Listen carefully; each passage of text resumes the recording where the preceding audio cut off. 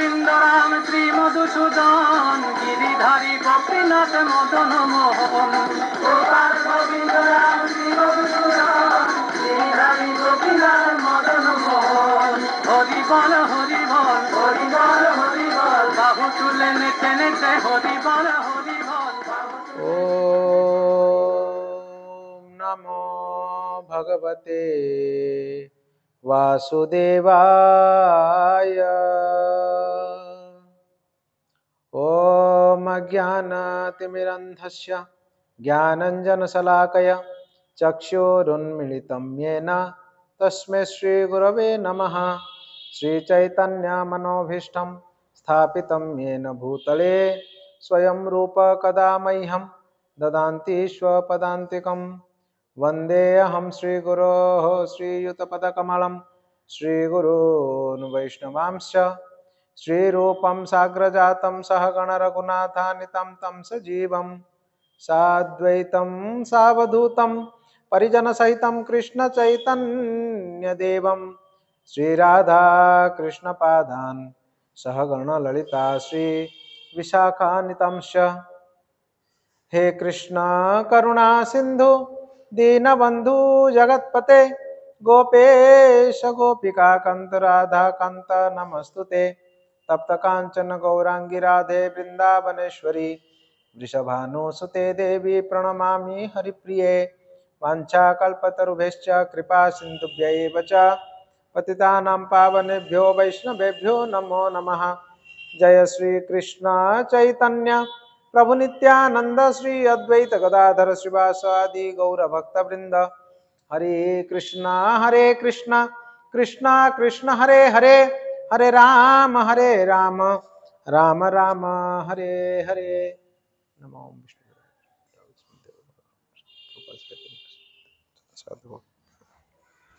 हरे कृष्णा। आप सभी भक्तों का हार्दिक स्वागत है चैतन्य चरितामृत के तीसरे क्लास में, है कि नहीं। तो 2 क्लास हम लोगों ने सुन चुके हैं, तो अभी तीसरा क्लास है। तो हम लोग तीसरा क्लास ये जो चैतन्य चरितामृत का प्रारंभ करने से पहले चैतन्य चरितामृत का मंगलाचरण जो है वो प्रतिदिन गाएंगे, वो पाठ करेंगे। तो ये चैतन्य चरितामृत का मंगलाचरण का जब हम पाठ करेंगे उसके द्वारा इस मंगलाचरण के साथ हम अभ्यस्त हो जाएंगे, है ना, उन श्लोकों के साथ। जैसे ही श्लोकों के साथ हमारा परिचय बढ़ेगा तभी जाके श्लोक हमारे सामने खुलेंगे, है कि नहीं। इसलिए रोज हमें पढ़ना चाहिए। तो चलिए चैतन्य चरितामृत का मंगलाचरण कर लेते हैं। वंदे गुरूनि सभक्तान् ईशमीशावतारकान् तत्प्रकाशांस्त तत्शक्ति कृष्णा चैतन्य संजकम्। वंदे श्री कृष्ण चैतन्य नित्यानंदो सहोदितौ गौड़ोदये पुष्पवत्तौ चित्रौ स्यन्दौ तमोनुदौ यद्वैतं ब्रह्मोपनिषदि तदपश्यतनुवा य आत्मा अंतर्यामी पुरुषः सोऽस्यं सविभवः षडैश्वर्यास् पूर्णयैः भगवान् स स्वयं मयं न चैतन्यात् कृष्ण जगति परम तत्व परमिह अनर्पिता चरिम चिरात् करुणयावतीर्ण कलौ समर्पयितुमुन्नतौ उज्ज्वलरसां स्वभक्तिश्रियम्। हरिः पुरटसुन्दर द्वितिशकदम्ब सन्दीपिताः सदा हृदय कंदरे स्फुरतु सचिनंदन। श्री राधा कृष्ण प्रणय विकृति हल्लादिनी शक्तिरस्माद् एकात्मानम् अपि भुवि पुरा देह भेदं गतौ तौ चैतन्याख्यं प्रकटमधुनं तद्वयं चैक्यमाप्तं राधा भावद्युति सुवलितं नौमि कृष्णस्वरूपम्। श्रीराधाया प्रणय महिमा कीदृशो वा नये वा साध्यो येनाद्भुत मधुरिमा कीदृशो वा मदीयः सौख्यं चास्यामदनुभवतः कीदृशं वेति लोभात् तद्भावाढ्यः समजनिशचि गर्भ सिंधु हरिंदु संकर्षण कारणतसायि गर्भोदशायि च पयोधिशायि शेषश्च जस्यां सह सकलस नित्यानन्दाख्यरामं शरणं ममास्तु। मायातीत व्यापी वैकुंठ लोके पूर्णस्वर्य श्री चतुर्व्यूह मध्ये रूपम यस्य भाति संकर्षणाख्यम तं श्री नित्यानंदरामं प्रपद्ये। माया भर्ता जांड संगाश्रयांगः सेते साक्षात्कारणं बोधि मध्ये। यस्येकां सह श्रीपुमानादिदेवस् तं श्री नित्यानंदरामं प्रपद्ये। यस्यां स्यां सह श्रील गर्भोदशायी यन्नाब्जं लोक संगातनालं लोक सृष्टु सूतिका धाम धातुस् तं श्री नित्यानंदरामं प्रपद्ये। यस्यां स्यां सह परमात्माखिलानां प्रोष्ठा विष्णुर्भाति दुग्धाद्विषायी क्षोणीर्भर्ता यत्कलाशोऽप्यनन्तस् तं श्री नित्यानंदरामं प्रपद्ये। महाविष्णु जगत्कर्ता मायाया यः स्फुरत्यदः तस्यावतारमयवायाम् अद्वैत आचार्य ईश्वरः अद्वैतं हरिणाद्वैत आचार्यं भक्ति संसनात् भक्तावतारम् ईशं तम् अद्वैत आचार्यमाश्रये। पंचतत्वात्मकं कृष्णं भक्तरूपस्वरूपकं भक्तावतारं भक्ताख्यं नमामि भक्तशक्तिकं। हरे कृष्णा कृष्णा कृष्णा हरे हरे हरे राम राम राम हरे हरे। श्री चैतन्य चरितामृत की जय। श्री कृष्णदास कविराज महाराज की जय। श्री चैतन्य महाप्रभु की जय। तो ये था चैतन्य चरितामृत का मंगलाचरण। तो चलिए हम आगे बढ़ते हैं। हम लोगों ने पिछले क्लास में चैतन्य चरितामृत के आदि लीला प्रथम अध्याय का पहला 14 श्लोकों का चर्चा किए थे। ये पहला 14 श्लोक मंगलाचरण है, कृष्णदास कविराज गोस्वामी के द्वारा विरचित। तो इन 14 श्लोकों में हम लोगों ने देखा किस प्रकार से प्रथम 6 श्लोकों में गौर तत्व का वर्णन हुआ, उसके बाद वाला 5 श्लोकों में नित्यानंद तत्व का वर्णन हुआ, उसके बाद 2 श्लोकों में अद्वैत तत्व का वर्णन हुआ, फिर 1 श्लोक में पंच तत्व का वर्णन हुआ। तो ये जो 14 श्लोक है, यही 14 श्लोकों को विस्तार रूप में कृष्णदास कविराज गोस्वामी आने वाले 7 अध्यायों में करते हैं। 14 श्लोकों को 7 अध्याय में वर्णन करते हैं। तो उसमें से पहला अध्याय, जिसमें पहला 14 श्लोक नाम में चर्चा कर लिए हैं, जो मंगलाचरण है। तो आगे की जो इस पहला अध्याय में जो आगे का श्लोक बचे हुए हैं, उसमें इस पहले अध्याय में मंगलाचरण का पहला श्लोक और मंगलाचरण का दूसरा श्लोक, पहला 2 श्लोक जो है आगे विस्तार रूप में कृष्णदास कविराज गोस्वामी वर्णन करते हैं। कौन सा है 2 श्लोक? जैसे कि जो पहला श्लोक है, वंदे गुरु नीस भक्ता नीस मीसा बतारकान तत्प्रकाशन तत्शक्ति कृष्ण चैतन्य संजकम, ये पहला श्लोक है। वंदे श्री कृष्ण चैतन्य नित्यानंदौ सहोदितौ गौड़ोदये पुष्पवंतौ स्यंदौ चित्रौ संध्यो तमोनदौ, ये दूसरा श्लोक है। ये 2 श्लोकों का विस्तार में वर्णन हुआ है पहला अध्याय में। 14 श्लोकों का तो अर्थ हमने देख लिया, अभी 14 श्लोकों को एक्सप्लेन कैसे किए हैं, एक श्लोक हम लोग देखेंगे। तो आज हम लोगों ने प्रयास करेंगे प्रथम अध्याय को पूरा चर्चा करने के लिए, है ना। तो आप ध्यान से सुनिए। जब ये 14 श्लोक हो जाता है, 14 श्लोक के बाद श्रील कृष्णदास कविराज गोस्वामी वृंदावन के 3 महत्वपूर्ण भगवान के श्री विग्रहों को प्रार्थना करते हैं। ये 14 श्लोक के तुरंत बाद ही ये 3 जो महत्वपूर्ण श्री विग्रह है वृंदावन के, ये विशेष रूप से गौड़ीय वैष्णवों के प्राण माने जाते हैं।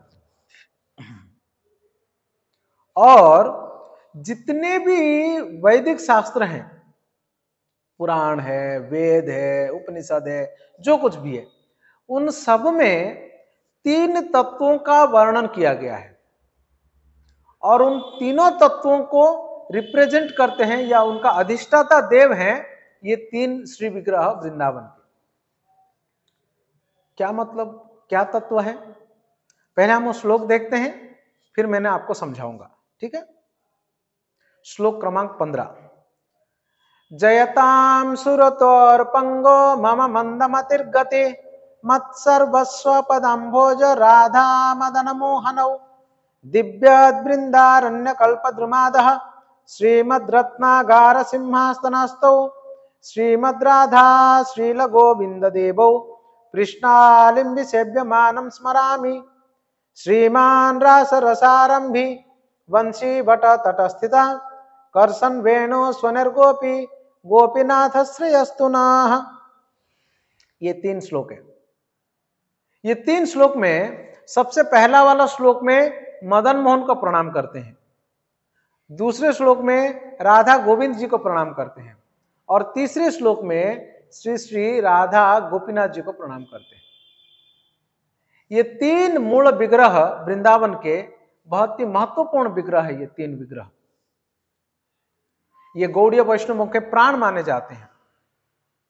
श्री श्री राधा मदन मोहन, श्री श्री राधा गोविंद और श्री श्री राधा गोपीनाथ जी।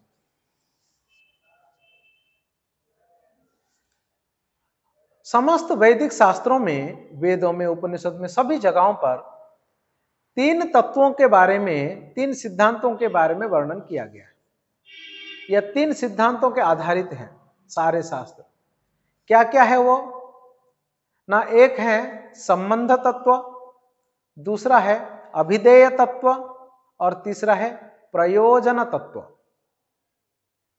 क्या है ये संबंध, अभिधेय, प्रयोजन? और थोड़ा सा उसको आसान करके समझते हैं।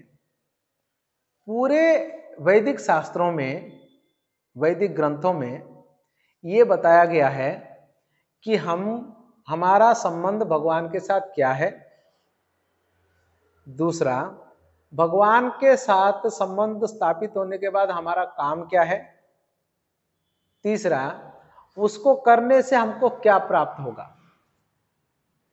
इसी को कहते हैं संबंध, अभिधेय, प्रयोजन। संबंध मीन्स रिलेशनशिप, अभिधेय का मतलब होता है उस संबंध को बनाए रखना, निभाना, है ना, संबंध को निभाना। और प्रयोजन मतलब संबंध को निभाने से जो प्राप्य वस्तु है, जो हमें प्राप्त होने वाला है, वो है प्रयोजन। प्रयोजन का मतलब होता है उद्देश्य, जीवन का लक्ष्य। प्रयोजन क्या है? अरे जीवन जीने का प्रयोजन क्या है, सब पूछते हैं ना। तो जीवन जीने प्रयोजन क्या है? वो प्रयोजन तत्व। तो सारे वेदों में, सारे शास्त्रों में, सारे पुराणों में संबंध, अभिधेय, प्रयोजन, ये 3 चीज बताया गया है।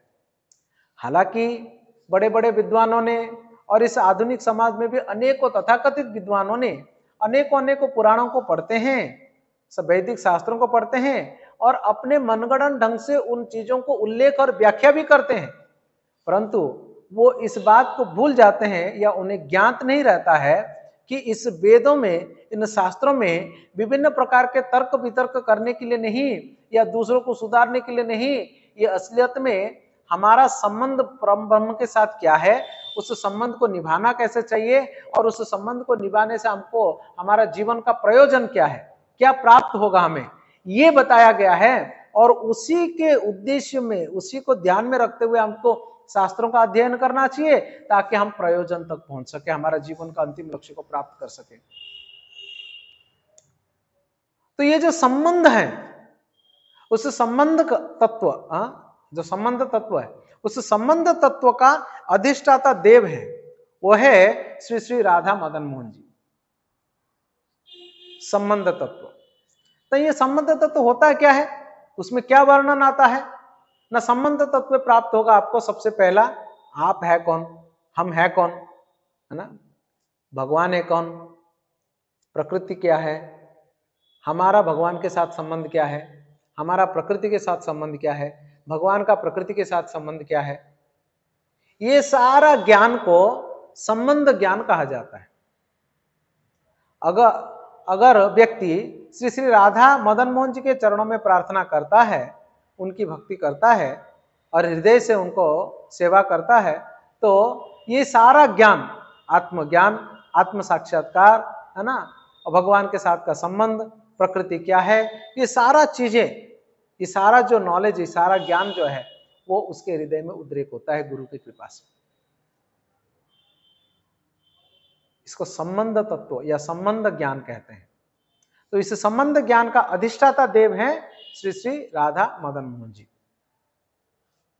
तो संबंध हो गया, अभी हमें पता लग गया कि हम कौन है, भगवान कौन है, प्रकृति क्या है, ये सारा चीजें हमें पता लग गया। व्हाट नेक्स्ट ना, जब भी संबंध पता लग जाता है तो संबंध को निभाना भी तो चाहिए, तो वो है अभिधेय, जो हम साधना करते हैं। उसको अभिधेय कहते हैं। तो ये अभिधेय जो है उसका अधिष्ठाता देव होते हैं राधा गोविंद देव जी। ये अधिष्ठाता अभिधेय तत्व का अधिष्ठाता देव है, अभिधेय तत्व का। रिलेशन पता लगने के बाद हम जो कार्य करेंगे, जैसे मान लीजिए एक कन्या का किसी के साथ विवाह होता है, किसी वर के साथ, तो नवविवाहिता कन्या, नवविवाहिता स्त्री है वो अभी। तो इससे पहले तो वो घर में थी, तो घर में उसका संबंध क्या था? न वो बेटी थी घर में, माता पिता भाई बहन इन लोग के साथ उसका संबंध। वो लेट उठ सकती है, मनमर्जी कर सकती है, रूठ सकती है, कई सारे कार्य कर सकती है। वहां पे मम्मी बना के देगी, पापा से जिद करेगी, कितने सारा चीजें होता है ना उसका एक। फिर जब भी विवाह करती हैं तो वहां पे सब नए संबंध, जैसे कि सबसे पहला नया संबंध उसका पति होते हैं, फिर बाद में उन पति के माता पिता सास ससुर हो जाते हैं, फिर ननंद होती है, देवर जी होते हैं। तो वहां पर सारे संबंध दूसरे दूसरे सब शुरू हो जाते हैं। तो उसको सभी के साथ का अपना संबंध निभाना है। पति की सेवा कैसे करना है, सास ससुर की सेवा कैसे करना है, ननद को कैसे मना कर रखना है, देवर जी को कैसे केयर करना है। तो ये सारा चीजें, क्योंकि नया संबंध शुरू हुआ तो उससे उनका सब सेवाएं, काम भी बदल गया। वहां पर जल्दी उठना, सबसे लेट सोना, सबके लिए पकाना, सबको खिलाने के बाद खाना, है ना। फिर बाद में जब संतान होते हैं तो नया संबंध होता है ना, माँ बनते हैं, माँ बनेगी तो फिर उनका सेवाएं रहेगा बच्चे का। तो जैसे संबंध बनता है तो फिर संबंध के प्रति का एक जिम्मेदारी, एक सेवा आती है, वो अभिधेय कहते हैं।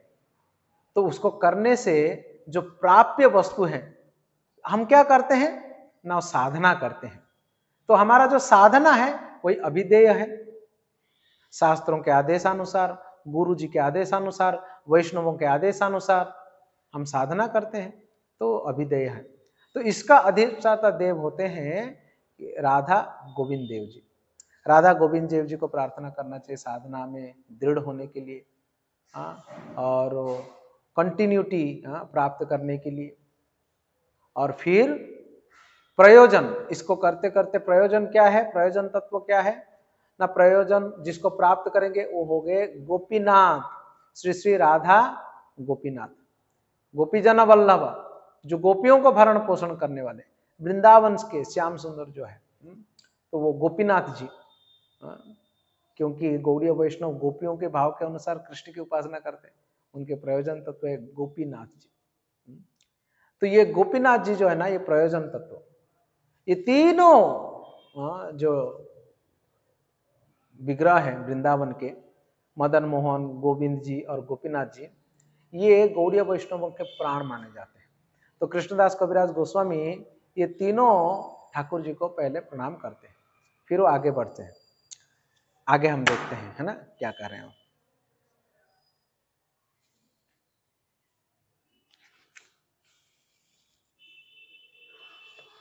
अब 18 नंबर श्लोक में वे चैतन्य महाप्रभु और उनके भक्तों को प्रार्थना करते हैं। ये श्लोक, ये 18 नंबर वाला श्लोक प्रत्येक अध्याय में आपको मिलेगा, सारे अध्यायों में।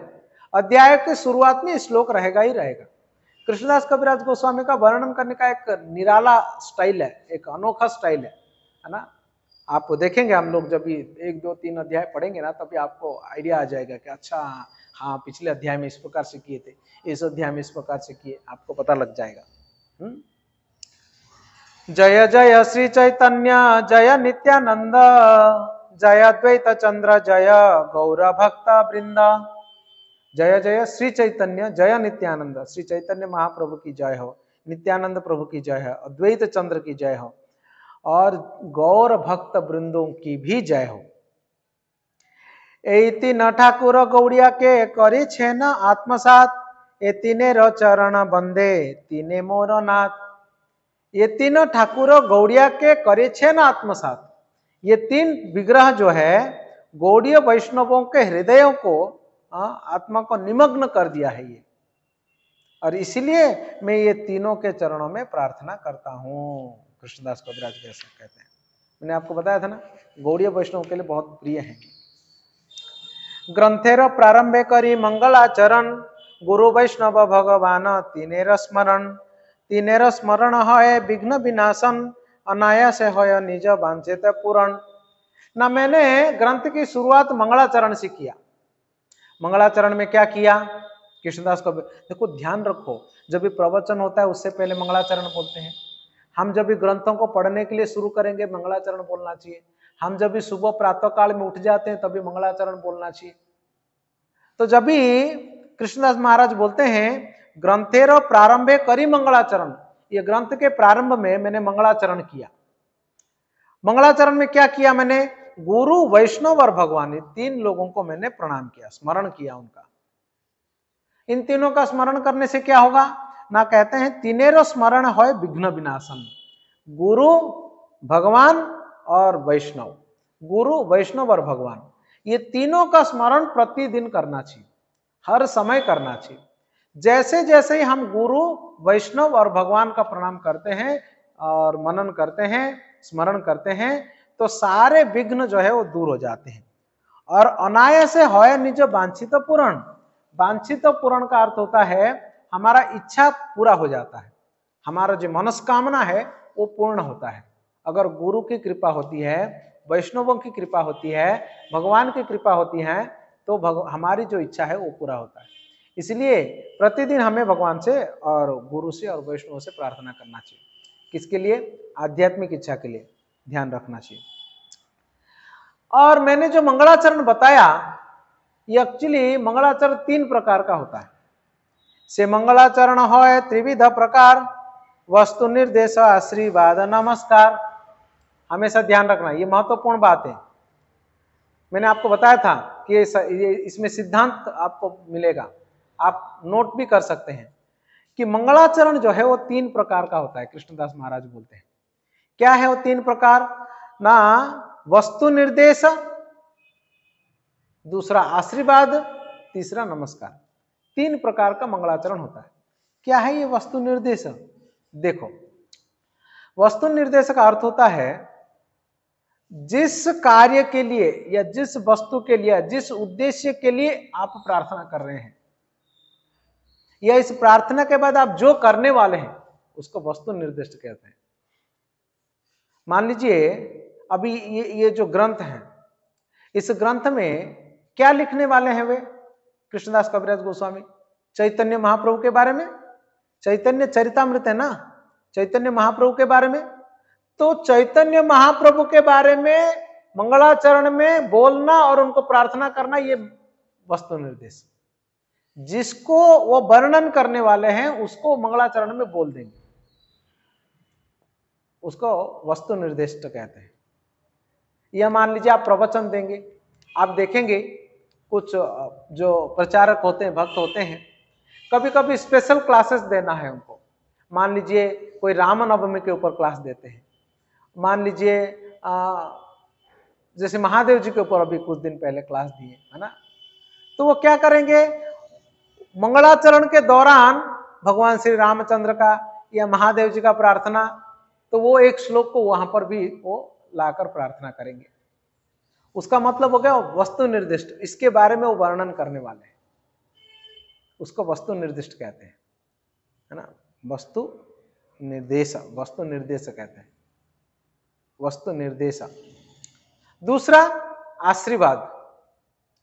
आशीर्वाद आप जानते हैं, एक तो भगवान से आशीर्वाद का कामना करना, दूसरा भगवान के आशीर्वाद लेखक अपने लिए या तो पूरे संसार के लिए कामना करता है, या तो कभी कभी ऐसा भी होता है कि जो लेखक वो ऊंचा है, गुरु है, तो अपने पाठकों को या शिष्यों को आशीर्वाद प्रदान भी करता है, वो आशीर्वाद।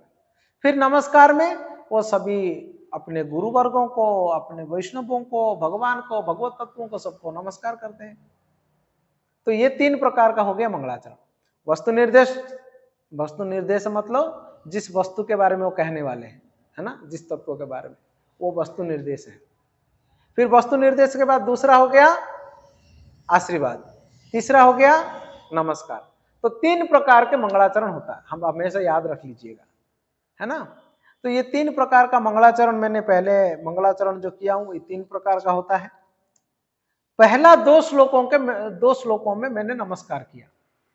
अभी 3 प्रकार का मंगलाचरण तो बोल दिए उन्होंने, तो उनका जो बोला हुआ 24 श्लोक है, क्षमा चाहता हूं, जो 14 श्लोक हैं, वो 14 श्लोकों को 3 कैटेगरी में भी तो डालना पड़ेगा। कौन से श्लोक में क्या बोले हैं उन्होंने, कौन से श्लोक में वस्तु निर्देश किए हैं, कौन से श्लोक में नमस्कार किए हैं, कौन से श्लोक में उन्होंने आशीर्वाद मांगा है या आशीर्वाद दिया है, वो तो बताना पड़ेगा। तो अभी वो बता रहे हैं। प्रथम 2 श्लोके इष्ट देव नमस्कार सामान्य विशेष रूपे द्वित प्रकार। ना पहला जो 2 श्लोक हैं, वंदे गुरु निसभक्तान वाला और वंदे श्री कृष्ण चैतन्य वाला, ये 2 श्लोकों में मैंने नमस्कार किया हूं। तो आप ये दोनों श्लोकों को नमस्कार कैटेगरी में डाल दीजिए। 14 श्लोकों में से ये नमस्कार भी अलग अलग किए उन्होंने। 2 प्रकार के नमस्कार बोलते हैं, एक है सामान्य नमस्कार और एक है विशेष नमस्कार। पहला श्लोक में सामान्य नमस्कार करते हैं, सेकंड नंबर श्लोक में विशेष नमस्कार करते हैं। क्या है सामान्य और विशेष, हमने पहला श्लोक चर्चा करने के बाद देखेंगे। अभी तो केवल आप इतना मतलब साइड में लिखिए कि पहला श्लोक और दूसरा श्लोक में नमस्कार किया उन्होंने। तृतीय श्लोके ते करी वस्तुर निर्देश जहां होते जाने पर तत्वर उद्देश्य। तीसरे नंबर श्लोक में वस्तु निर्देश किया है उन्होंने। वस्तु निर्देश क्या है ना, परतत्व के बारे में जानकारी हासिल करना, यही इस ग्रंथ का उद्देश्य है। ये श्लोक क्रमांक 3 में उन्होंने बता दिया। यद्वैतम ब्रह्मोपनिषदि तदपश्यतनुवा यह आत्मा अंतर्यामी पुरुषः सोष्यांश विभवः, है ना। ये श्लोक में पूर्ण ऐश्वर्य यही भगवान स स्वयं न चैतन्यात् कृष्ण परम तत्व परम यह, ये जो श्लोक है 3 नंबर वाला, इसमें परतत्व का वर्णन हुआ है और वही परतत्व का उद्देश्य और परतत्व के बारे में ये पूरे ग्रंथ में भी जानकारी देने वाले हैं। इसलिए श्लोक क्रमांक 3 हो गया वस्तु निर्देश। आगे चतुर्थ श्लोके ते करी जगते आशीर्वाद सर्वत्र मागाए कृष्ण चैतन्य प्रसाद राधा कृष्ण प्रणय विकृति हल्लादिनी शक्ति रस्माद वाला श्लोक है ना। तो इस श्लोक में वो क्या करते हैं, वो जगत के लिए भगवान से आशीर्वाद मांगते हैं, पूरे जगत के लिए भगवान से आशीर्वाद मांगते हैं। चौथे श्लोक में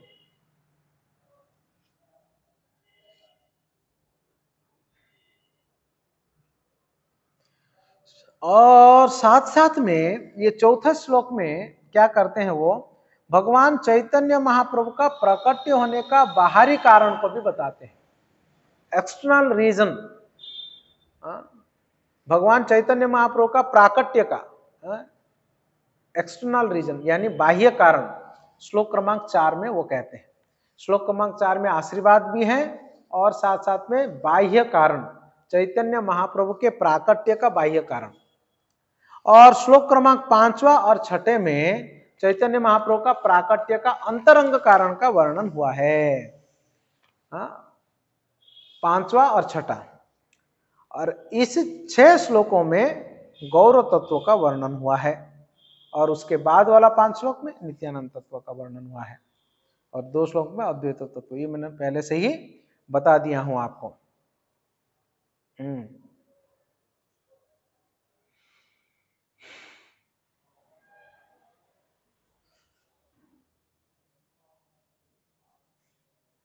हम आगे देखते हैं। आगे कृष्णदास कविराज गोस्वामी सारे श्रोताओं को वो नमस्कार करते हैं। सब श्रोता वैष्णवेर करी नमस्कार ए सब श्लोकेर करी अर्थ जे विचार। मैं सारे वैष्णवों को सारे श्रोताओं को मैं नमस्कार करता हूँ और नमस्कार करके इस श्लोकों के अर्थों को, जो मैं श्लोक वर्णन कर रहा हूँ, इन श्लोकों के अर्थों को विचार करने के लिए वो निवेदन करते हैं। इन सारे श्लोकों को, जटिलताओं के व्याख्या को प्रारंभ में अनेक पूर्व में अपने समस्त वैष्णव पाठकों को नमस्कार करता हूं।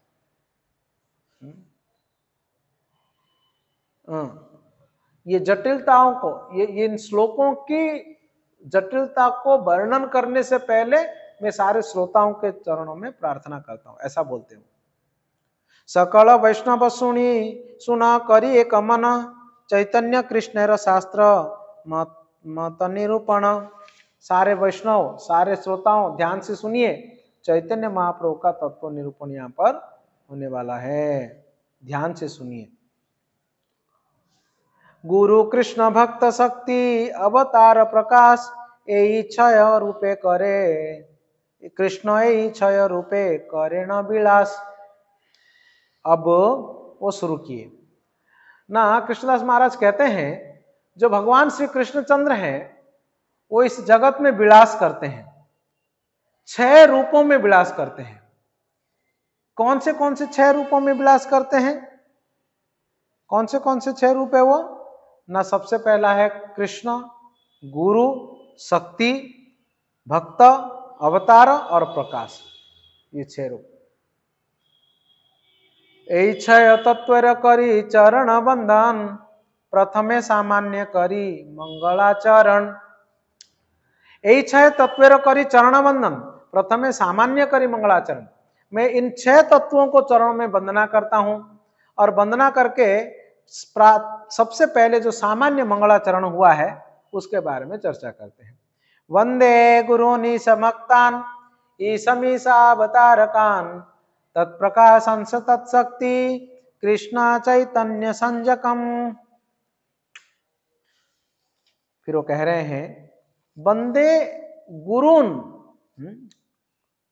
तो इस श्लोक में भगवान की या परम तत्व की 6 स्वरूपों का वर्णन है, जिन रूपों के द्वारा भगवान इस संसार में विलास करते हैं। परम तत्व स्वयं पूर्ण पुरुषोत्तम भगवान 6 तत्वों में या 6 रूपों में इस संसार में विलास करते रहते हैं। क्या है वो 6 रूप? वंदे गुरुन मतलब गुरु, ईश भक्तान मतलब भगवान के भक्त, ईशम मतलब स्वयं भगवान।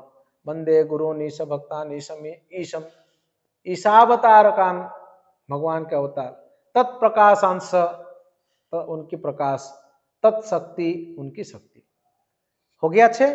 क्या क्या मैंने बोला? गुरु, वंदे गुरु, ईश भक्तान भगवान के भक्त, भगवान, भगवान के अवतार, भगवान के प्रकाश और भगवान की शक्ति। ये 6 रूपों में भगवान इस संसार में विलास करते हैं। मंत्र गुरु आरजत शिक्षा गुरु गण, ताहार चरण आगे करे बंदन। गुरु 2 प्रकार के हैं। कौन कौन है 2 प्रकार के? ना मंत्र गुरु और शिक्षा गुरु। क्षमा चाहते हैं। गुरु 2 प्रकार के हैं, मंत्र गुरु और शिक्षा गुरु। मंत्र गुरु और शिक्षा गुरु गण, ताहारा चरण आगे करे बंधन। ना मैं सबसे पहले मैं मेरे दीक्षा गुरु जी को भी प्रणाम करता हूं और साथ साथ में सारे शिक्षा गुरुओं को भी प्रणाम करता हूं। क्या मतलब हुआ यहां पर? सबसे पहले तो श्लोक में, अभी ये श्लोक शुरू हो गया समझाना। पहला श्लोक है ना, वंदे गुरु निसभक्तानि समीशावतारकान् तत्प्रकाशंस तत्शक्ति कृष्ण चैतन्य संजकम। ये फर्स्ट श्लोक है, याद है ना मंगलाचरण का? तो उसको भी समझाना शुरू किए, है ना, उसको एक्सप्लेन करना शुरू किए। तो अभी यहां पर आप देख सकते हैं, देख रहे हैं कि वंदे गुरुन, गुरुन मतलब बहुवचन आया वहां पर। तो ये बहुवचन, ये गुरु, उसको एक्सप्लेन कर रहे हैं। क्या वर्णन कर रहे हैं? ना मंत्र गुरु और शिक्षा गुरुगण, 2 प्रकार के गुरु होते हैं। दीक्षा देने वाले गुरु जो मंत्र देते हैं और शिक्षा गुरु जो हमें शिक्षा प्रदान करते हैं, ट्रेनिंग देते हैं, है ना, शास्त्रों की शिक्षाओं को प्रदान करते हैं। ये दो प्रकार के हैं। तो यहां पर कृष्णदास महाराज जी का कहना है कि मंत्र गुरु एक ही हो सकता है। मंत्र गुरु और शिक्षा गुरु गण। शिक्षा गुरु गण मतलब शिक्षा गुरु अनेकों हो सकते हैं। आप जिनसे जिनसे शिक्षा लेंगे वो एक एक शिक्षा गुरु हो गए, परंतु मंत्र एक ही जन से लेना चाहिए, दीक्षा एक ही जन से लेना चाहिए, अनेकों से दीक्षा नहीं लेना चाहिए, है ना। कई बार ये प्रश्न उठ जाता है, जब भी इस्कॉन के साथ जुड़ते हैं कोई भक्त अंतरराष्ट्रीय कृष्ण भावनामृत संघ में, फिर अंतरराष्ट्रीय कृष्ण भावनामृत संघ में जुड़ने के बाद वो श्री कृष्ण के प्रति डेडिकेटेड डिवोटी बन जाते हैं, भगवान के भक्त बन जाते हैं बढ़िया अच्छी तरीके से। फिर अच्छी तरीके से भक्त बनते हैं तो उनको दीक्षा भी लेना पड़ता है। और हमारे भारत में ऐसा है कि हर व्यक्ति रिलीजियस होते हैं, ना कहीं वो दीक्षा लिए हुए रहते हैं, किसी को ना किसी को गुरु बनाए हुए रहते हैं।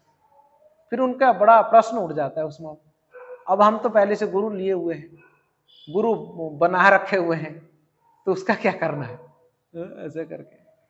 असली बात है, शास्त्रों में कहा गया है अगर कोई प्रामाणिक गुरु से अगर आप दीक्षा लिए हैं तो आपको दोबारा दीक्षा लेना नहीं चाहिए। अगर प्रामाणिक गुरु नहीं है, ऐसे ही कोई खाऊ गुरु है, तो फिर आपको फिर से एक प्रामाणिक गुरु से दीक्षा लेना पड़ेगा, तभी जाके अपना उद्धार कर पाएंगे आप, खुद का उद्धार कर पाएंगे।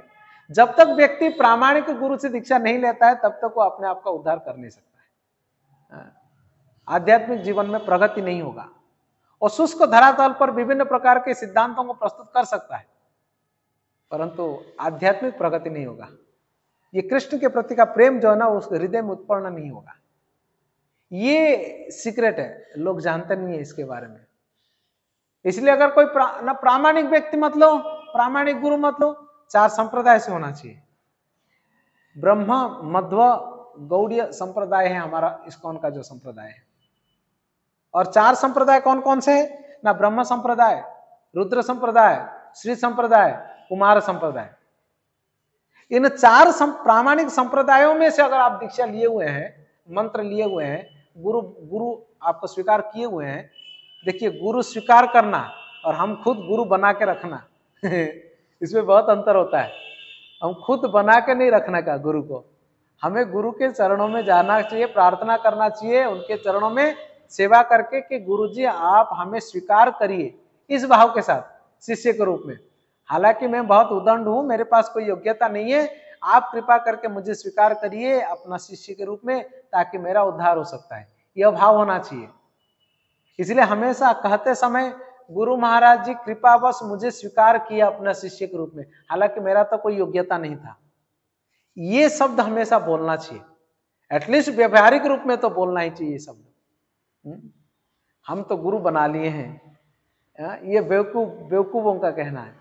तुमने क्या गुरु बनाया है वो पहले से ही गुरु है। प्रामाणिक गुरु कृष्ण के कृपा से वो पहले से गुरु होते हैं।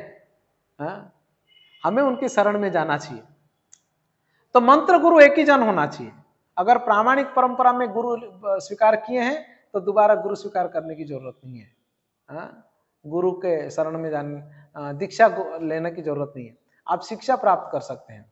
ऐसे अनेकों भक्त हैं जो कई बार अलग अलग जगहों से अलग अलग प्रामाणिक गुरु से भी दीक्षा लिए हैं, परंतु इस्कॉन के जैसा सिस्टमेटिक सिद्धांतों को प्रस्तुत करने का और गृहस्थों को संभालना, है ना, ये सब कार्य है ना दूसरी जगहों पर नहीं है। इसलिए भक्त भले ही कहीं कहीं पर किसी से दीक्षा लिए हुए रहते हैं, परंतु वो इस्कॉन में आना, मंदिर में भक्तों के साथ जुड़ना और रेगुलर क्लासेस में आना वो पसंद करते हैं। तो इस्कॉन के भक्त भी उनको बहुत अच्छे से केयर करते हैं, है ना। तो शिक्षा गुरु और कई हो सकते हैं, है ना, जो शिक्षा जिससे हम शिक्षा प्राप्त करते हैं वो शिक्षा गुरु है, परंतु मंत्र गुरु एक ही होना चाहिए, दीक्षा गुरु एक ही होना चाहिए। आगे प्रभुपाद जी कहते हैं, तात्पर्य में एक महत्वपूर्ण बात बताते हैं प्रभुपाद जी, सदैव स्मरण रखना चाहिए।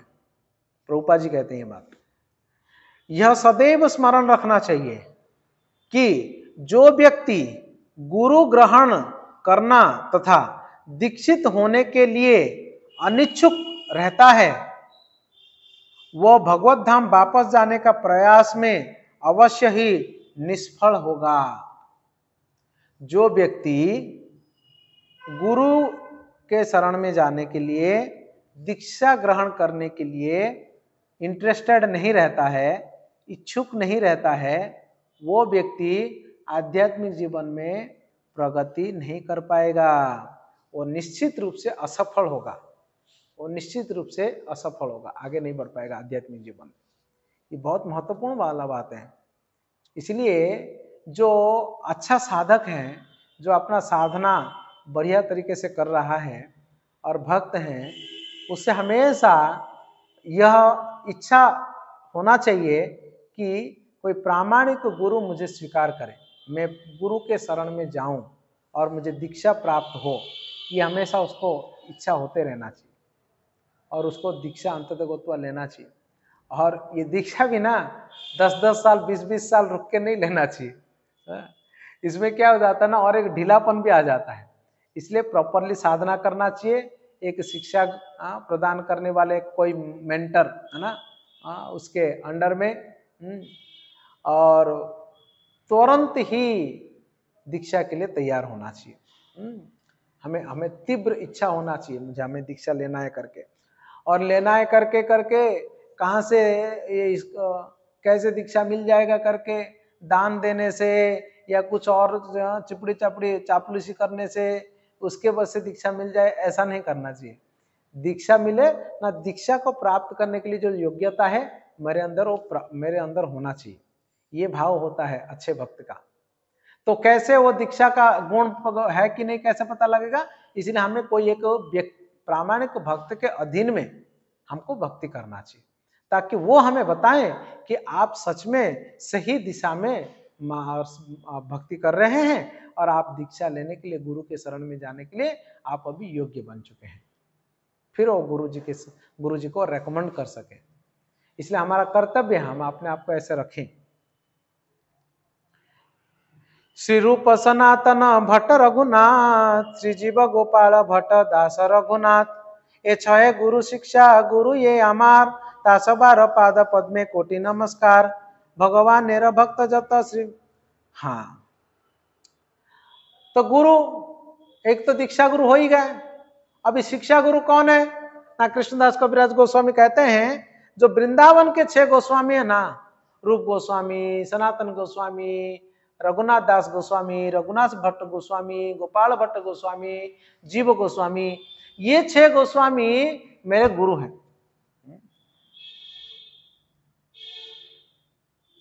एक्चुअली इसमें जीव गोस्वामी जी का नाम नहीं है, मतलब श्री रूप सनातन भट्ट रघुनाथ, हाँ है श्री जीव गोपाल भट्ट दास रघुनाथ, ये 6 गोस्वामी जो है ये मेरे गुरु हैं, शिक्षा गुरु, उनसे शिक्षा प्राप्त किए हैं।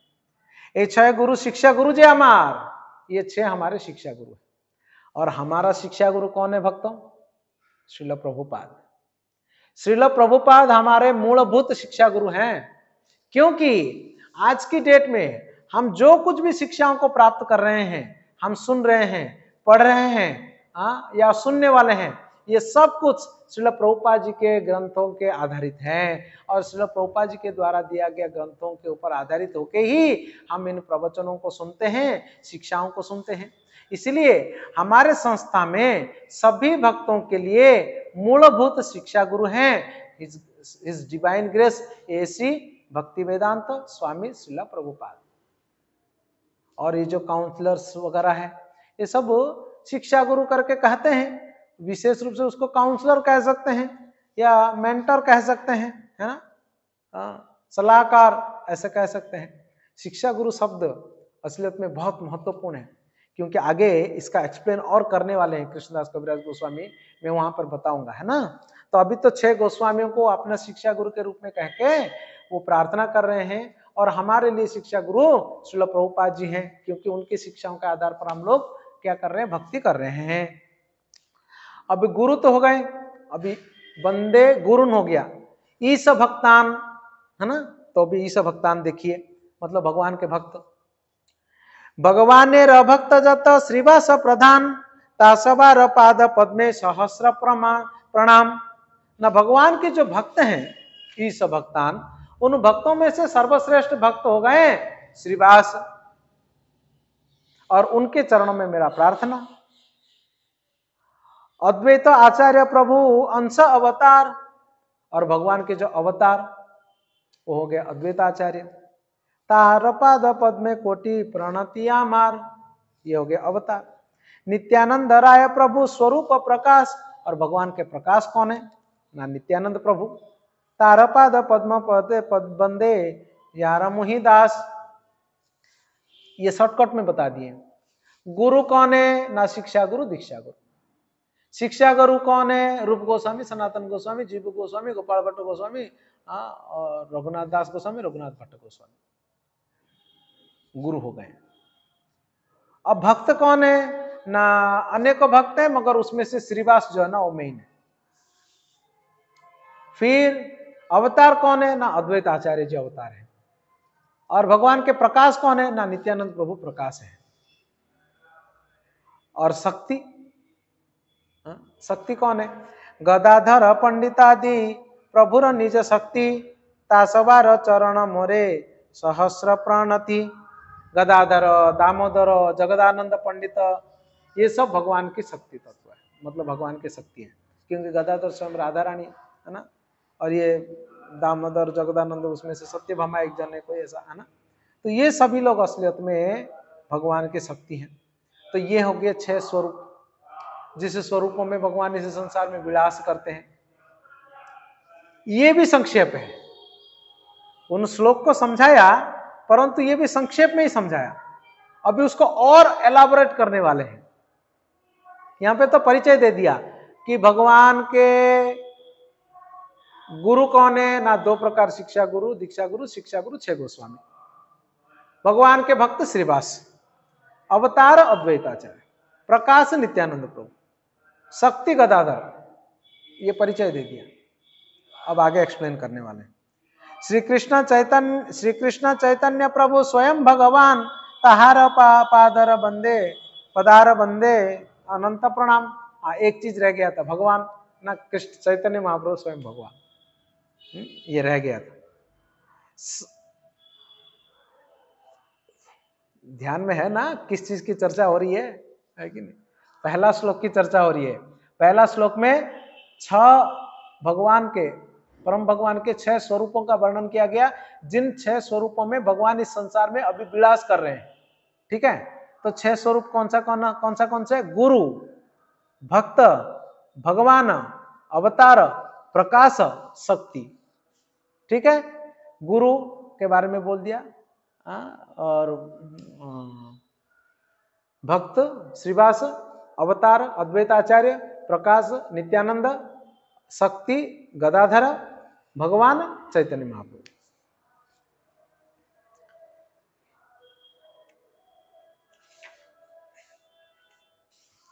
अब फिर से गुरु के बारे में आ रहे हैं। अब फिर से थोड़ा एक्सप्लेन करेंगे एक एक तत्व का। ये जो 6 तत्व और 6 का उदाहरण भी दे दिया उन्होंने, अब फिर थोड़ा सा और विस्तार करेंगे उसको। देखो कैसे विस्तार करते हैं। यद्यपि अमार गुरु चैतन्य दास, तथापि जानियामि ताहार प्रकाश। गुरु कृष्णहन रूपहन शास्त्र प्रमाणे, गुरु रूपे कृष्ण कृपा करे न भक्त गणे। अब देखिए यहां पर फिर से गुरु तत्व में आ गए, मतलब गुरु तत्व को भी फिर विस्तार करेंगे, और थोड़ा सा विस्तार करेंगे। क्या विस्तार कर रहे हैं? यद्यपि अमार गुरु चैतन्य दास, तथापि जानियामि ताहार प्रकाश। गुरु कौन है?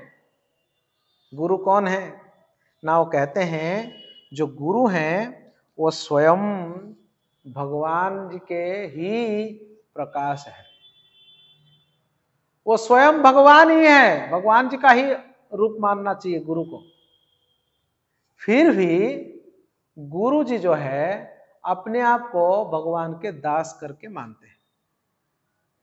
साक्षाधरित्वेन समास्त शास्त्रेर उक्तस्तथा वा व्यतएव साध्वी, किंतु प्रभोर्यर प्रिय एव तस्य वंदे गुरु श्री चरणारविंद।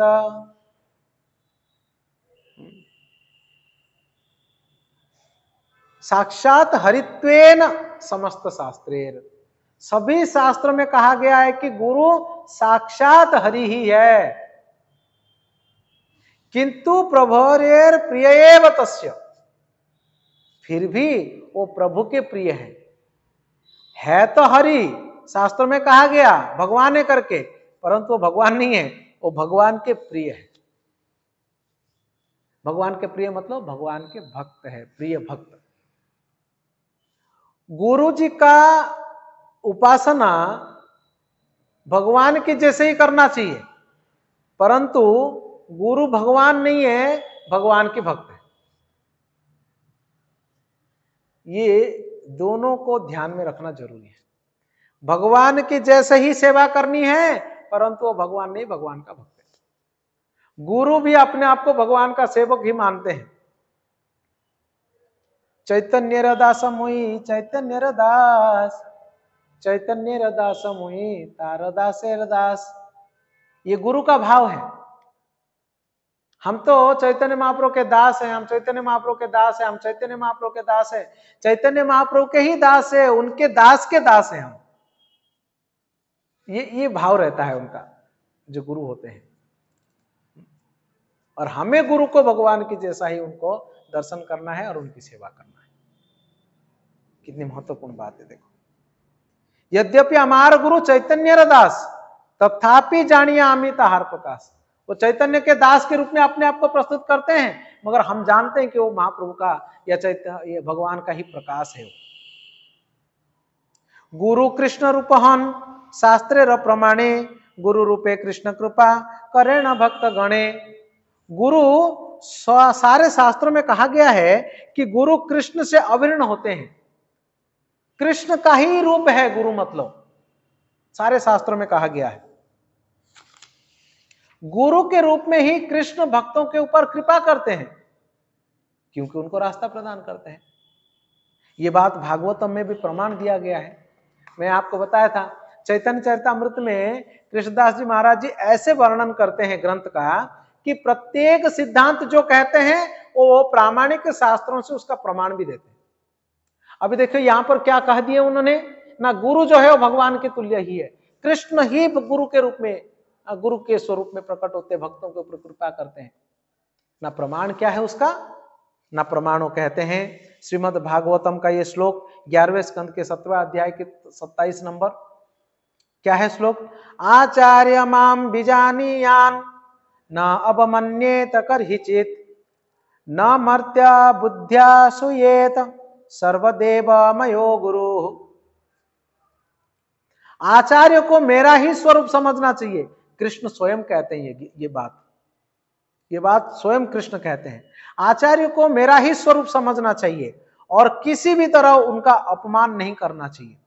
उसे सामान्य व्यक्ति मानकर उनसे ईर्ष्या नहीं करनी चाहिए, क्योंकि वे समस्त देवताओं के प्रतिनिधि होते हैं। गुरु सभी देवताओं के प्रतिनिधि है। सर्व देवमयो गुरु हो आचार्य माम बीजानीया, ये दो शब्द बहुत महत्वपूर्ण है। आचार्य माम बीजानीया, आचार्य को यानी गुरु को, माम बीजानीया मैं हूं करके मानो, कृष्ण कहते हैं। और सर्व देवमयो गुरु हो, गुरु में सारे देवता निवास करते हैं। ये गुरु तत्व है। देखो कृष्ण ही गुरु है और कृष्ण खुद इस बात को कहते हैं। इसलिए उन्हें साधारण व्यक्ति नहीं समझना चाहिए गुरु को। हमारे आपके जैसा भौतिक शरीर में है, वे भी खाते हैं, वे भी सोते हैं, वे भी शौच क्रिया इत्यादि करते हैं, उनका भी हेल्थ खराब होता है। यह नहीं सोचना चाहिए कि वो सामान्य व्यक्ति हैं करके। वैष्णवेर क्रिया मुद्रा विज्ञाना बुझाए, वो बड़े बड़े बुद्धिमानों को भी समझ में नहीं आएंगे गुरु। इसलिए मर्त्य बुद्धि नहीं होना चाहिए गुरु में। मर्त्य बुद्धि अगर किया तो फिर गया काम से, आध्यात्मिक जीवन में प्रगति नहीं कर सकते। फिर गुरु को सलाह देने की बात तो दूर। कभी कभी शिष्य इतना चालाक हो जाता है कि वो गुरु को ही सलाह देने लग जाता है। कभी कभी तो ये भी बोल देता है गुरु को कि गुरुजी अगर आप थोड़ा सा और प्रिपेयर करेंगे अच्छे से तो अच्छा प्रवचन दे सकते हैं आप। तो कितना अज्ञानता है, क्या इस बात को पता नहीं सर्वदेवमयो गुरु, वो स्वयं कृष्ण ही गुरु के रूप में प्रकट हुए हैं। भाई जो शिक्षक हैं उन्हें सब पता रहता है, परंतु स्टूडेंट कौन से बुद्धि वाला है, शिक्षक उतना ही उनको बताते हैं। अगर यूपी स्कूल में विशेष रूप से जो प्राथमिक विद्यालय हैं वहां पर शिक्षक प्रतिदिन वो अपने बच्चों को A for apple, B for bat ही सिखाता रहता है, सालों सालों भर यही काम करता है। कोई दर्शनार्थी अगर वो रोज स्कूल की ओर नजर रखता है तो उसको लगेगा कैसा मास्टर है, पिछले साल भी यही सिखा रहा था ए फॉर एप्पल करके, इस साल भी ए फॉर एप्पल ही बता रहा है बच्चों को, इसका मतलब ये मास्टर का आगे कुछ आता नहीं है। नहीं, उन्हें सब कुछ आता है, वो तो बहुत पढ़े लिखे हैं और शिक्षक की ट्रेनिंग भी किए हुए हैं और यहाँ पर आके पढ़ा रहे हैं, मगर वो पढ़ाने वाले बच्चे कौन हैं, वो प्राइमरी स्टैंडर्ड के हैं, उनको यही चीज सिखाया जाएगा। आगे की बातें सीखेंगे कैसे, ये सीखेंगे तब सीखेंगे वो। तो कोई बेवकूफ ये सोचे और गुरुजी को बोले गुरुजी आप प्रिपेयर करके नहीं आए, थोड़ा और प्रिपेयर करके आएंगे तो अच्छा सिखा सकते हैं, तो ये कितना बड़ा बेवकूफी है। है कि नहीं। इसलिए हमको ध्यान में होना चाहिए, गुरु मंत्र स्वयं भगवान है ना, ये स्वयं भगवान है। आगे ये हो गया मंत्र गुरु के बारे में उन्होंने बताया। अभी शिक्षा गुरु के बारे में बताएंगे, सुनो। ये मंत्र गुरु के बारे में हो गया ना, दीक्षा गुरु के बारे में। अच्छा, मतलब जो दीक्षा गुरु है वो साधारणतः ऐसा भाव रहता है अपना, जो दीक्षा गुरु है वे महत्वपूर्ण है और शिक्षा गुरु का जो महत्व है वो थोड़ा सा कम है क्या, या दीक्षा गुरु बड़े और शिक्षा गुरु थोड़े से छोटे होते हैं क्या, कम होते हैं क्या? नहीं, ये सब कंफ्यूजन नहीं पालना चाहिए, क्योंकि शिक्षा गुरु की भी महिमा यहां पर कहते हैं कृष्णदास कविराज गोस्वामी। क्या कहते हैं? शिक्षा गुरु के तो जानी कृष्ण र स्वरूप, अंतर्यामी भक्त श्रेष्ठ यही दुई रूप। आप शिक्षा गुरु को भी सामान्य मत समझिएगा, क्योंकि शिक्षा गुरु भी कृष्ण का ही स्वरूप है। जैसे दीक्षा गुरु के बारे में बताया, वैसे शिक्षा गुरु भी कृष्ण का ही स्वरूप है। तो शिक्षा गुरु के दो रूप होते हैं, दो प्रकार के शिक्षा गुरु बोलते हैं। क्या क्या है दो प्रकार के शिक्षा गुरु? ना अंतर्यामी यानी परमात्मा, और दूसरा है भक्त श्रेष्ठ यानी श्रेष्ठतम भक्त, शुद्ध भक्त, उत्तम कोटि का भक्त। ये शिक्षा गुरु, ये दो प्रकार के, कोई भी शिक्षा गुरु नहीं। साधारणतः वर्ड टू वर्ड जो मीनिंग होता है ना शिक्षा गुरु का, शाब्दिक अर्थ है ना, शब्दार्थ जो होता है ना, शिक्षा टीचिंग्स, गुरु टीचर, जो हमें शिक्षा प्रदान करते हैं वो शिक्षा गुरु है, ये शाब्दिक अर्थ है। परंतु कोई भी कुछ भी बताता है या थोड़ा प्रवचन देता है तो शिक्षा गुरु नहीं होता है। हम अनेकों लोगों से प्रवचन सुनते रहते हैं, ये सभी लोग हमारे शिक्षा गुरु हैं, ऐसा हम भाव रखते हैं। ठीक है, मतलब भाव ठीक है, परंतु हमें समझना चाहिए शिक्षा गुरु की महानता को समझना चाहिए। ये दीक्षा गुरु में किसी भी मात्रा में कम नहीं है। तो इसलिए कोई भी व्यक्ति से अगर हम प्रवचन सुनते हैं तो वो दीक्षा गुरु के बराबर नहीं होते हैं, नहीं हो सकते हैं। फिर कैसे, किसको शिक्षा गुरु कहेंगे? ना, एक तो अंतर्यामी है जो परमात्मा, वो भी हमारे शिक्षा गुरु ही है, और दूसरा है श्रेष्ठ भक्त, उत्तम कोटि का भक्त। जो उत्तम कोटि के भक्त होते हैं, भक्त श्रेष्ठ, वो गुरु होते हैं शिक्षा गुरु। कैसे अंतर्यामी को शिक्षा गुरु करके कह रहे हैं, उसके लिए भगवत गीता का उदाहरण देते हैं। तेषां सतत युक्तानां भजतां प्रीतिपूर्वकं ददामि बुद्धि योगम तम येन माम उपयान्ति ते। जो लोग निरंतर मेरा भक्ति में संलग्न हैं और रहते हुए प्रेम पूर्वक मेरी सेवा करते हैं, उन्हें मैं ऐसा ज्ञान प्रदान करता हूं जिससे वे मेरे पास आ सके। भगवान कहते हैं उन्हें मैं ज्ञान प्रदान करता हूं परमात्मा के रूप में। इसलिए ये श्लोक स्पष्ट होता है। इसका कोई उदाहरण है क्या? उदाहरण है इसका।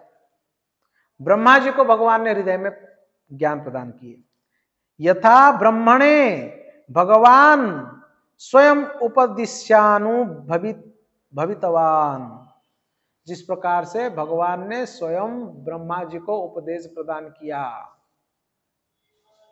आप सभी लोग जानते हैं इस बात को। ब्रह्मा जी जब भी प्रकट होते हैं उनके पास कोई ज्ञान नहीं रहता, अज्ञान रहते हैं, और संसार में कोई होते भी नहीं है। सृष्टि का पहला जीव तो वही है। तो इसलिए तप करके शब्द आता है, और ये तप करके शब्द को सुन के ब्रह्मा जी तपस्या करते हैं। फिर भगवान ब्रह्मा जी को ज्ञान प्रदान करते हैं, है ना। और भगवान जी ब्रह्मा जी को ज्ञान प्रदान करते हैं, है ना। तो इस प्रकार से भगवान परमात्मा के रूप में भी शिक्षा प्रदान करते हैं, और भक्त श्रेष्ठ महान भक्त के रूप में भी वो प्रकट होके वो भक्त को शिक्षा प्रदान करते हैं, है ना। अभी एक श्लोक बोलते हैं कृष्णदास महाराज जी। इस श्लोक में अपने सारे गुरुओं को प्रणाम कर लेते हैं। ये श्लोक असलियत में कृष्ण कर्णामृत नामक ग्रंथ में है।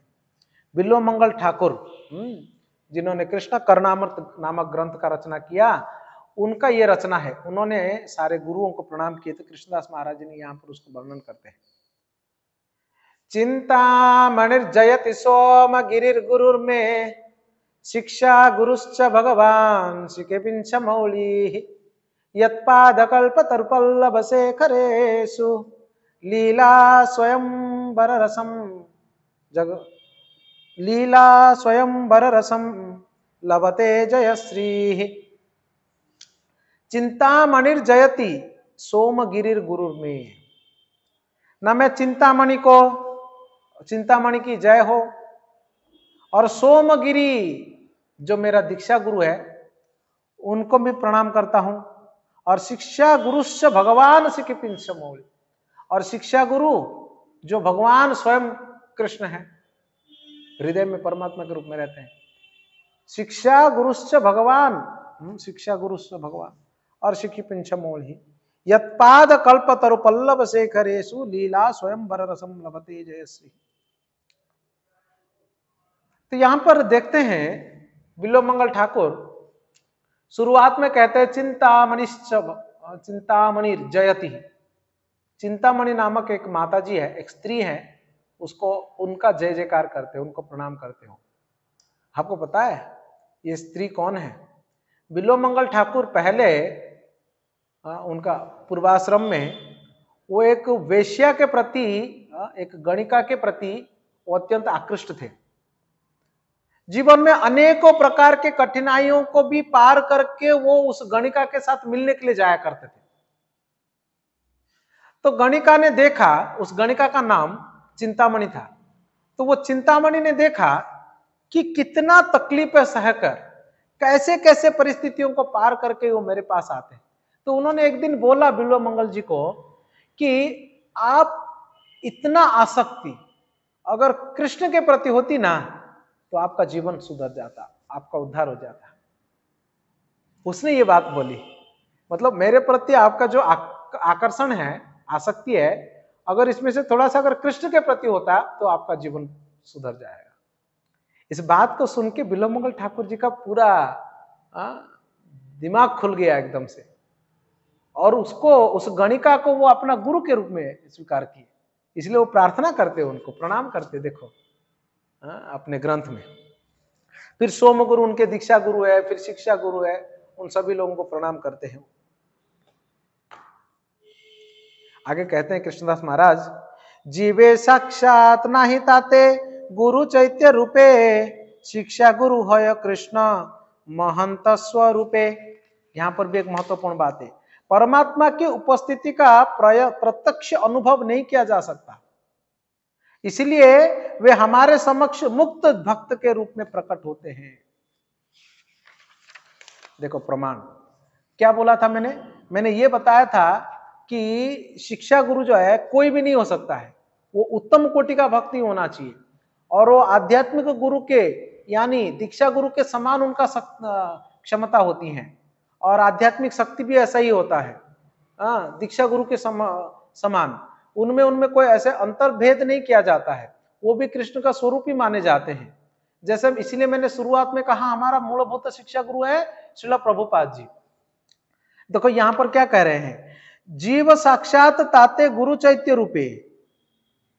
जो जीवात्मा है ना उनके हृदय में परमात्मा तो होते ही है, सभी के जीव के हृदय में, तो परमात्मा हमको शिक्षा प्रदान करते हैं, परंतु जीवात्मा उसको समझ नहीं पाता है, इसलिए वही परमात्मा फिर से शिक्षा गुरु है कृष्ण महंत स्वरूपे, इसीलिए कृष्ण शिक्षा गुरु के रूप में वो प्रकट होते हैं।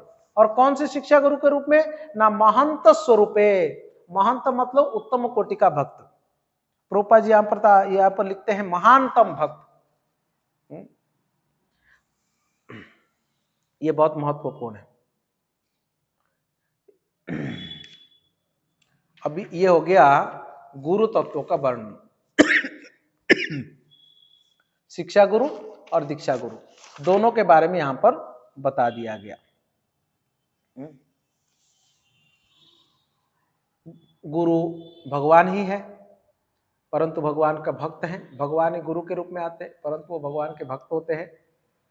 हमें उनको भगवान की जैसा सेवा करना चाहिए, मगर वो भगवान के भक्त है। वो शिक्षा गुरु भी उन्हीं के तुल्य होते हैं, वो भगवान के स्वरूप होते हैं। परमात्मा भी शिक्षा गुरु है, परंतु परमात्मा के शिक्षाओं को हम समझ नहीं पाते हैं, इसलिए महंत भक्त श्रेष्ठतम भक्त के रूप में प्रकट होते हैं। हम सभी के लिए मूलभूत शिक्षा गुरु श्रील प्रभुपाद जी हैं।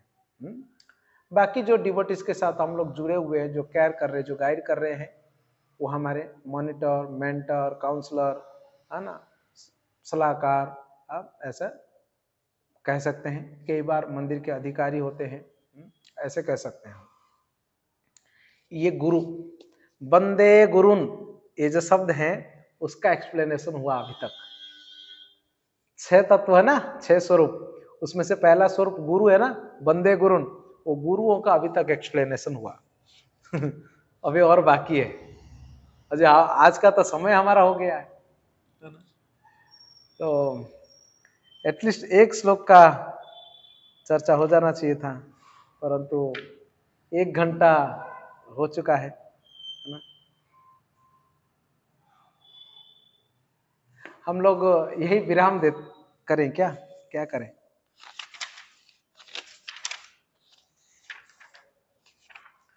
हाँ, थोड़ा हम यही विराम करते हैं आज, है ना। केवल गुरु के तत्वों का हम समझें। अच्छा, आप सभी को अगर कोई प्रश्न है ये गुरु तत्व से संबंधित, या इसमें से कुछ समझ नहीं पाए, या मेरा कोई शब्द ऐसा आपको लगा कॉम्प्लिकेटेड है या उल्टा सुल्टा, तो आप मुझे प्रश्न पूछ सकते हैं। आप इसी चैट बॉक्स में भी लिख सकते हैं या इसी में कमेंट में भी लिख सकते हैं, और नहीं तो हमारा जो चैतन्य चरितामृत वाला ग्रुप है, आप उसमें डायरेक्टली प्रश्न पूछ सकते हैं, है ना। और कोई भक्त अगर चैतन्य चरितामृत ग्रुप में नहीं है तो आप डायरेक्टली भी मुझे पूछ सकते हैं, या इसी में आप चैट बॉक्स में या तो कमेंट में भी लिख सकते हैं। आज यहीं पर हम विराम देते हैं। पहला श्लोक का पहला शब्द केवल आज चर्चा हो पाई, परंतु हम लोगों ने काफी चीजें भी चर्चा किए हैं, जैसे कि हम 3 तत्वों के बारे में जाने, संबंध, अभिधेय और प्रयोजन। 3 तत्वों के 3 अधिष्ठाता देव के बारे में जाने। याद है कि भूल गए? मदन मोहन, गोविंद जी और गोपीनाथ जी बताया था मैंने। फिर बाद में हमने देखा 3 प्रकार के मंगलाचरण हमने सुना आज। 3 प्रकार के मंगलाचरण मतलब वस्तु निर्देश, आशीर्वाद और नमस्कार, है ना। और ये भी हमने देखा कि जो 14 श्लोक है उसमें से पहला 2 श्लोक में नमस्कार, तीसरा श्लोक में वस्तु निर्देश, और चौथा श्लोक में बाह्य कारण, और पांचवा और छठा श्लोक में अंतरंग कारण, चैतन्य महाप्रभु के प्राकट्य का, है ना। ये हमने आज सुना, कृष्णदास महाराज जी बोलते हैं। और पहला श्लोक का प्रारंभ किए, उसमें से गुरु तत्व का हम लोगों ने चर्चा किया, और आगे का जो इस श्लोक में है और 5 स्वरूप जो है वो हम लोग नेक्स्ट क्लास में चर्चा करेंगे, है ना। ये क्लास ज्यादा होने से ना सर भारी हो जाएगा। हरे कृष्णा। श्री चैतन्य चरितामृत की जय, कृष्णदास कविराज गोस्वामी महाराज की जय, श्रील प्रभुपाद की जय, निताय गौर प्रेमानंदे, हरि हरि।